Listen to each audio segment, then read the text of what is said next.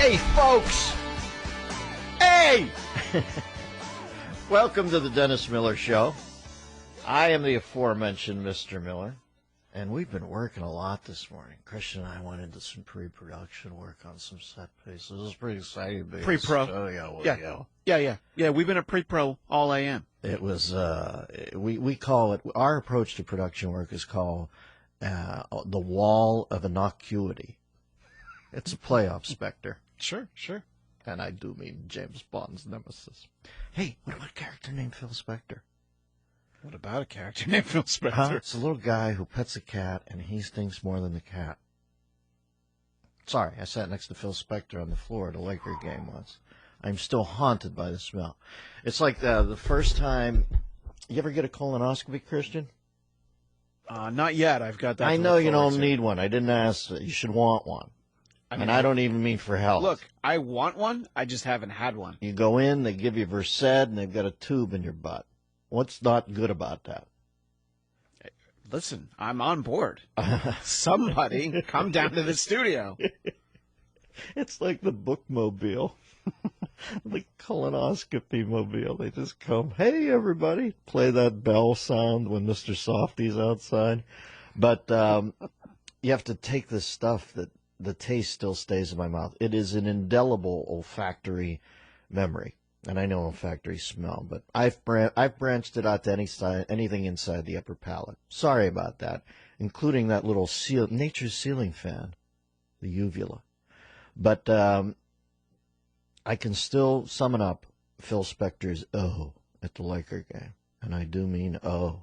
Jeez. Oh. Cheese. Sorry. My apologies. I'm getting better, but I slipped. Cheese. Yeah, that's what he smelled like. Cheese. Bad cheese. Anyway, who's on today? Later in the hour, townhall.com political editor, young kid with a dream, Guy Benson. He's going to tell us about Melissa Harris Perry encouraging Democrats to have some pro-Obamacare swagger. And they are, and they've won. And we who are about to, what did the gladiators say? We who are about to see our political dreams die salute you. They're not even being gracious about it. Remember that somewhere in the next century, history will correct this. And they won't. That's the thing with Republicans. They'll get back in and they'll be sweet about it. Some are, crazy zealots too. But for the most part, their decency won't allow them to grind the heel in like these guys are. So we'll also take your phone calls, 866-509-7268, our website, DennisMillerRadio.com, where you can become a premium member to download the show and listen at any time. I should start having a shrug seminar, Christian, where I assign some sort of mantra.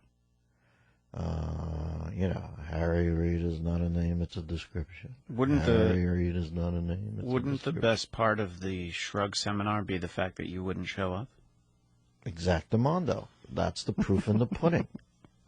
I mean, wouldn't that be great if you went to a Tony Robbins thing and Tony Robbins wasn't there? Wouldn't that teach you something? That would teach you a lot. I actually know somebody who went to a Tony Robbins thing and said that it was quite illuminative. And much like Letterman, keeps the room cold. Isn't that interesting? What's that about? 866-509-7268, our website, as I said, DennisMillerRadio.com, where you can become a premium member to download the show and listen at any time. Let's get to the soup of the day, which is chicken with cornmeal dumplings. Now that sounds good to me. Is this a panko? Yeah. Are you panko dumplings, sure. Are you canning this season? I've been so busy, but I've got... That's two seasons in a row, and a couple seasons ago, I remember you made a bad stab at it and canned Ebola jam, as you called it. And that's still on the shelves here in the Dennis Miller store. Look, when you have an Ebola canning incident, you end up getting the canning yips, and that's just what I got. I can't follow through right now. All right. Well, I see you've scheduled SARS marmalade this year, or SARS malade. Good luck with that. Brought to you by Samuel Adams. Step up your game with a Samuel Adams Boston Lager. Samuel Adams, for the love of beer. All right, Guy Benson is not with us till 3/4 of the way through the hour, so we will take phone calls at 866-509-7268. I'm feeling remarkably spry at the moment, but that usually, I must have had sugar or something, because I'm about to crash. If you want to get a decent answer, call now at 866-509-7268, because I predict, what, Christian, usually 31 minutes from my ingestion of a yodel. Yes. There's a big crash out, right? Or a yoo-hoo, or what, is a yodel Yodel is basically a Swiss roll. Okay. Yoo-hoo is liquid. Okay. Now here's one of the key things. Any of the kids who want to get out in radio out there, you have to develop the ability to be as interested in the consequential as you are in the insipid.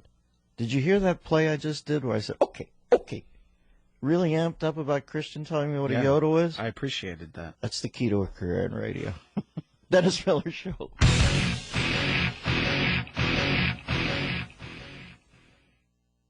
Communication is key to your business, and you can't always meet your colleagues and collaborate in the same room. Stay connected with coworkers and clients with GoToMeeting by Citrix. It's the proven solution for meeting, collaborating online. With GoToMeeting, you can share the same screen to review documents, you can make presentations in real time, and with built-in HD video conferencing, for better or for worse, you just need a webcam to see each other face-to-face. See who's sweating it. GoToMeeting works on any Mac, PC, tablet, or smartphone. We use GoToMeeting all the time here at the show when I'm traveling. I connect with Christian, my producer in L.A., while my engineer is in New York, and I'm in a hotel somewhere. Anywhere. See why millions choose GoToMeeting. Start hosting your own face-to-face online meetings today. And try it free. What do you got to lose for 30 days? Visit GoToMeeting.com, click the Try It Free button, use the promo code Dennis. That's how you get the deal. GoToMeeting.com, promo code Dennis. Now, we had to have what we called pizza boats in the cafeteria that day. Sure. Give him a little fromage base coat, but then he could chirp away. And he could fart in other tongues. Wow. Now, you ever heard a Portuguese fart in America? No. No. Because it doesn't happen a lot. Maybe that kid who won the America's Got Talent, I think he's able to. Have you ever seen that kid? Which one? The ventriloquist? He's a ventriloquist. Terry Fader, sure. God, what a nice guy. I mean, I saw him on TV, and it's eerie how talented he is. I mean, he can sing. The puppet sings. He doesn't open his mouth. He has the puppet sing famous people's voices. I'm telling you, it's honest to God. It's listen. Nothing funnier to me than a cursory or a rudimentary puppeteer. Somebody's barely getting it done. It's like when Beck rounds off his robot dance in concert. I mean, they have to carry me out. I laugh so hard. And somebody who's barely getting got by as a puppeteer, that is funny to me. But that is not to say that you do not come across a stunner once in a while. And Fader is one of them, and Jeff, why am I blanking on his name? Jeff Dunham. He's so good with the puppets, all I can think is Jeff, old skull terrorist guy. You ever see that character? Ahmed the Dead Terrorist? Yes. Hey, we had some idea earlier. What was it? I forgot it already. Oh, I already forgot it, too. Me too, but it was kind of... I liked it, too. Wasn't it? Yeah, it was great. I didn't like it enough. You're right. Either that or I'm going to steal the idea from you, and I'm pretending to have forgotten. I'm reading some of the tweets about Clarence Thomas after yesterday's. I guess they had a Supreme Court decision on affirmative action. I'm just shocked to read that an affirmative action thing got shut down. I mean, that boggles my mind. Yeah. But Clarence Thomas, the liberal community, is weighing in, and it's just, you are the worst Negro in history, it says. These are the tweets. Boy, do they get vile. Like I said, when liberals cut notions crater, they get vile, man. Unbelievable. You know how some of them put their pictures up? I can't tell you how many white guys are lecturing Clarence Thomas on how to be black. It's amazing to me. Or how they feel he's supposed to be black. It's just, the world's gone mad. I don't know what to tell you. Let's go to Mark in Chicago. Mark, how are you? Hey, I'm doing pretty good. How about yourself? Fine, thank you. Okay, cool. Hey, I'm driving around in my truck here, and I don't know where you are in the segment on this, but just going back to my college days from the University of Michigan, we went down to Daytona Beach, and with a bunch of stoner friends of mine, and of course these are days long gone by. But when it was time to go, we all went north along I-75, and one of my friends took a left and continued going south for another 2 hours until they realized that they were. Well, that's when stoners were fun. Now they're drones. Oh no. Dennis, we've got federal legislation, Bill 230. Say, shut up and be stoned, you idiot. Oh, yeah, those were definitely the good old days. And, but I couldn't help but remember that, so I just threw my 2 cents in there. But, Marky, I think you also remember that way back when I used to watch kids get loaded. It would take like 5 joints or something. It was like a beer. Oh, yeah, really. I think there's pot out there today. A kid can take a couple hits and wake up in another country. So I don't think it's the same old, same old. Thanks for the call, though. Yeah, at least if you're going to get stoned, have the decency to, do the part. There's the uptight stoner guy reciting legislation. Is there any? It's like when you went to see Lenny in the Village and he was reading his court transcripts. Hey, where's the jokes? Let's go to Lynn B in Indiana. Hey, Lynn B, how you doing? Hey, high on life. How are you? Good. How's your travels? Lynn's doing a Harry and Tonto thing, Songs of the Cat, where she's out and about the country. How's things going? My next trip is Anchorage to see Gwen in Anchorage. And but right now I'm looking at green grass and water and a sky with no clouds in it, and it's just gorgeous. And you know what? Heck with marijuana. You can just get high on life. Beautiful, baby. Good to hear from you, Lynn, and good luck in your travels. 866-509-RANT. I'm wondering when some of these things will turn. Like when do you sense that tattoos might be turning, Christian? Would it be cool now to have a completely untatted body at some point? I think we could get to that point. Yeah, everything old is new again, right? Yeah. But I don't know that we're there yet. Yeah, it's still tat happy. There's a lot of ink out there, Dennis. Yeah, but eventually, and this is inevitable, you realize that, tats will become the norm. Kids bridle against the norm. There's going to be kids who are tat-free, and everybody's going to say, cool. And then, you've got the tat of Biggie and Tupac meeting at the Mississippi and high-fiving each other. Yes, I do. And then you start, not you, but I'm saying somebody does, and then they start to get man breasts, and all of a sudden, they're low-fiving each other in your 50s, and you're thinking, does this come off? Really? When they said indelible, they really meant indelible? All right, we're going to take a break, and when we come back, we're going to talk to Guy Benson, who's more tatted than Queequeg, probably smarter, too, on the Dennis Miller Show.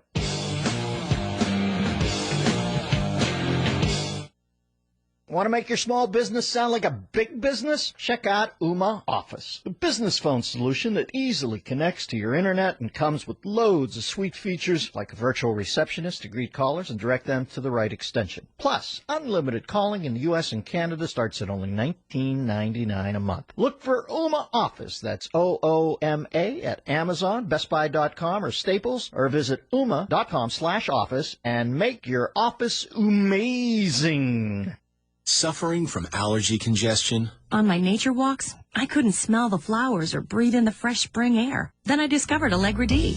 Allegra D decongests and depressurizes with a fast, non-drowsy antihistamine, plus a powerful decongestant for 24 hours of congestion-free breathing. Now I don't just appreciate nature, I breathe it all in. Allegra D. Stop suffering. Start breathing. Look for Allegra D at the pharmacy counter. Starts working in 1 hour. Use only as directed. Visit Allegra.com. Love drama? Teach your teen to drive. Okay, we're going to merge onto the expressway. Hands at 10 and 2. Check your blind spot! Check your blind spot! 10 and 2! 10 and 2! Merge! Merge! Hate drama? Go to Cars.com, where you can find helpful reviews of car dealerships near you. So not bad. Actually, no. You're never driving again. Research, price, find. Only Cars.com helps you get the right car without all the drama. Cars.com. All drive, no drama.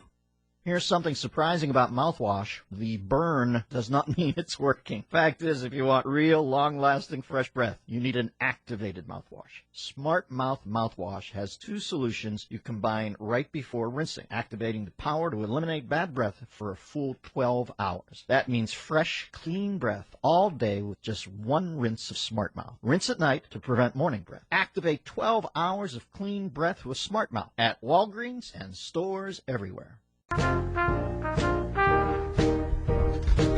know, Herb Albert did this while he was asleep. Never wake him up with this. That's how talented the man is. You can hear it kind of. He doesn't complete the notes, but he's in deep REM there. And we're in absolute bliss out here.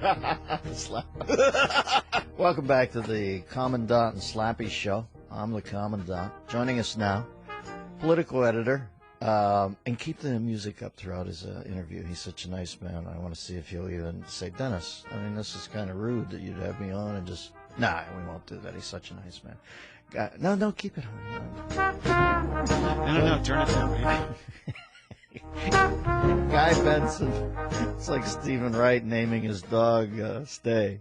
Here, Stay. Here, Stay. Guy Benson, political editor, townhall.com. How are you, young man?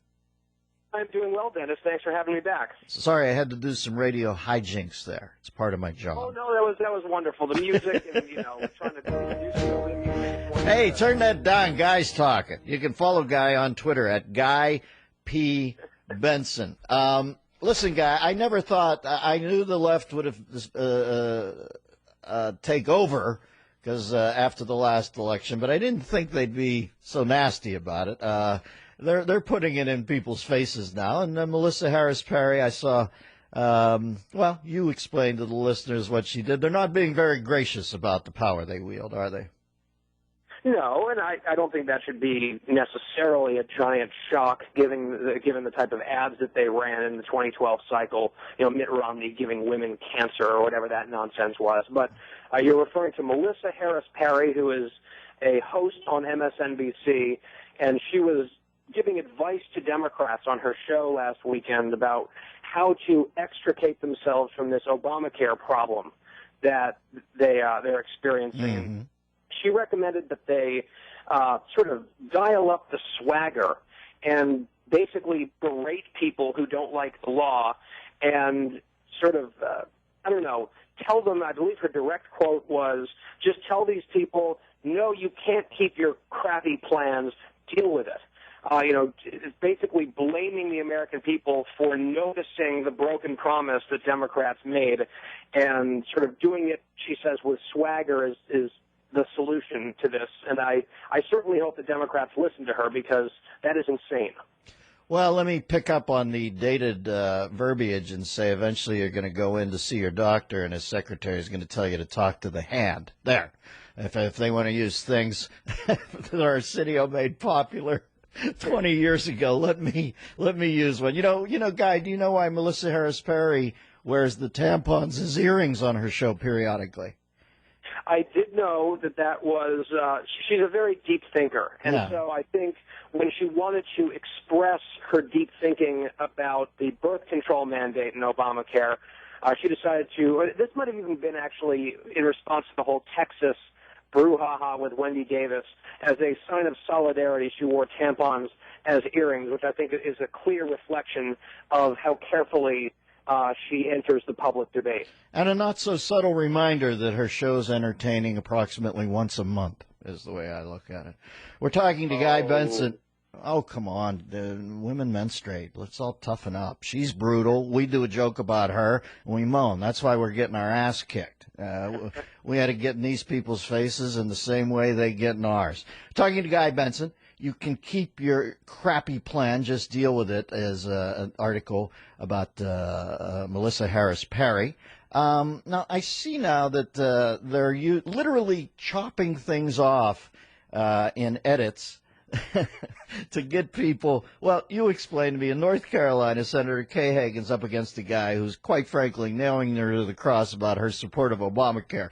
She takes a quote of his and does a really, sharp edit. Explain the rest, my friend. Yeah, So it's a radio ad that Hagan's campaign is running, which is basically accusing her Republican opponent of supporting Obamacare, right? So it's come to this. Obamacare is so toxic for these Democrats that the best method they can think of to try to blunt the attacks for voting for the law and voting to defend it repeatedly is to try to lie that Republicans also support the law, which approximately 0 people believe, right?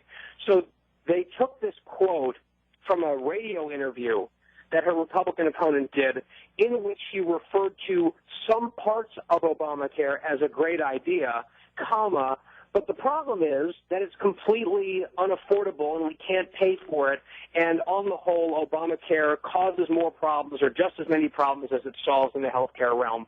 So this was an answer he was giving describing the reasons why he opposes Obamacare, and because at one small sort of segment of a, fragment of a sentence in his answer, he referred to something being a great idea. They clipped that, put it into an ad, and said, look, my opponent called this law a great idea, and now he's criticizing me for voting for it. What a fraud.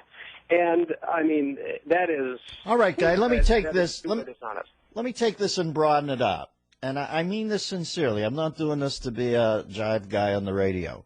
What if I told you that I believe that'll be a winning strategy for Kay Hagan? And I know the next line in these things where people go, at what price victory? I'm saying, would conservatives, Republicans, be willing to be out of power in perpetuity, just sitting there completely impotent on the sidelines, saying at what price victory? Or do you think we'll ever play rough too? Well, I mean, look, I think that the audacity of this particular ad, taking this quote out of context and trying to pretend like the Republicans support Obamacare, is so ludicrous that it would be depressing if it were successful. If the Democrats can just... I believe it will be. I believe it will be. So I'm just asking you to hypotheticalize for a second. I know you're a pragmatist and you can't remove yourself from that, and you're a good guy and you think the world works in a good way. I'm a good guy, I think, and I don't think the political world is such a microcosm. I don't think the right way works anymore. Would there ever be a point, or would you be willing over the course of your lifetime to watch the party that exhibits your beliefs be out of power, that you would ever say, I think we have to start playing rough too? Or just say, it's almost like a yes or no. Dennis, no, I don't think power is worth it. I would never do that. Or, yeah, I think eventually we might have to, Dennis. I think winning matters. And when you get to means to an end political strategy, of course I would have some qualms about Republicans playing super dirty and being dishonest to win. Obviously, winning matters in politics. But here's the issue that I keep confronting, Dennis, in this hypothetical. Democrats, and you think Kay Hagan will get away with this particular attack. I am more skeptical of that. But more broadly, Democrats face a much lower degree of scrutiny when they lie, cheat, and steal than Republicans do, right? If Republicans, what would be the answer to Kay Hagan? Would it be to find some ridiculous segment of a sentence that she said once that could be... No, to play the whole thing and to say, Kay Hagan, not my esteemed friend, not all that crap, to play the whole thing on some steps someday with enough...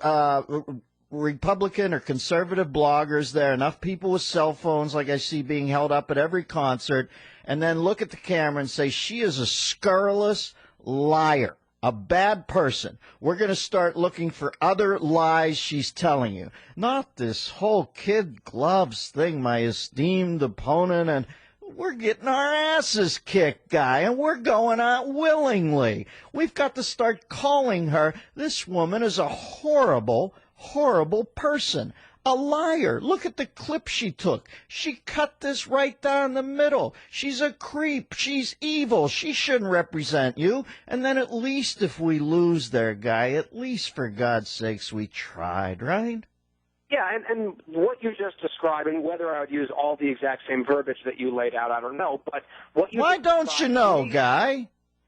Well, I mean, I don't know if you want to call her a terrible person. What else? What else am I to read from this guy? What part of this thing where she takes a quote and cuts it in half to beat a man who doesn't agree with her? What part of that tells you there must be a good person behind that? What if she's just a bad person?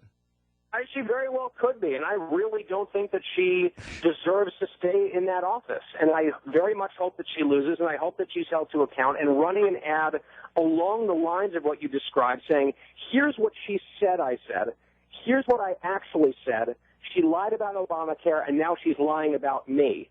I think that is completely in bounds. I don't think that's playing What if dirty. that's not enough? I don't think that's lying. I think that's fair game. What if that's not enough, Guy? I'm just trying to get it out of you that I do think there are some right-minded people on the right-hand side of things who are willing, much like the game of Survivor, and I watch Survivor and I hear people go on incessantly about, I couldn't do that, and you think, my God, it's not the real world. It doesn't translate. It's a microcosm. It's a game board, and the people on the other side of it are using 3 dice and cheating, and we're over here saying, here's what I wouldn't do.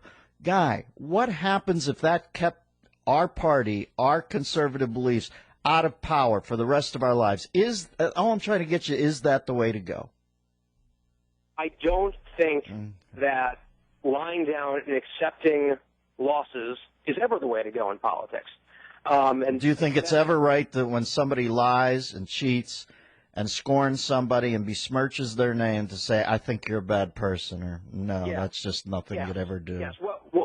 Yes. What I would not want to do is to answer in kind by running our own completely ludicrously deceitful ads as retaliation. I have no problem calling people out for their lies and demonstrating why they're liars and why they, shame the office that they hold. But I don't think we should ever get to the point of saying, okay, well, if they're going to do it to us, now we're going to take them out of context with our own dishonest ads because, A, it's the wrong thing to do, and B, I think we pay a higher political price than they do. Like, the woman in Michigan. Guy, how can we be paying a higher price than we're paying right now?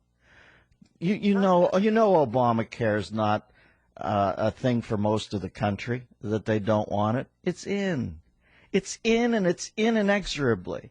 And I believe that when we don't do stuff like this, when we don't fight back like that and fight fire with fire, that we're just conceding the battlefield. I hate to see it. You're a nice guy, but we're going to be out of power for the rest I'm 60. My lifetime, probably your lifetime. But we will have this sort of thing where we won't attack back in a malicious way against people who are malicious to us. And I guess it's a victory, but I'd rather have some power and save the country. But you're a good man, Guy. I admire you immensely, but we're not getting back in if we take that approach, you think? I mostly agree with what you just said, but I think there's a way to be powerful in your truth-telling without being malicious in kind. All right, Guy. Guy Benson, townhall.com. Good man.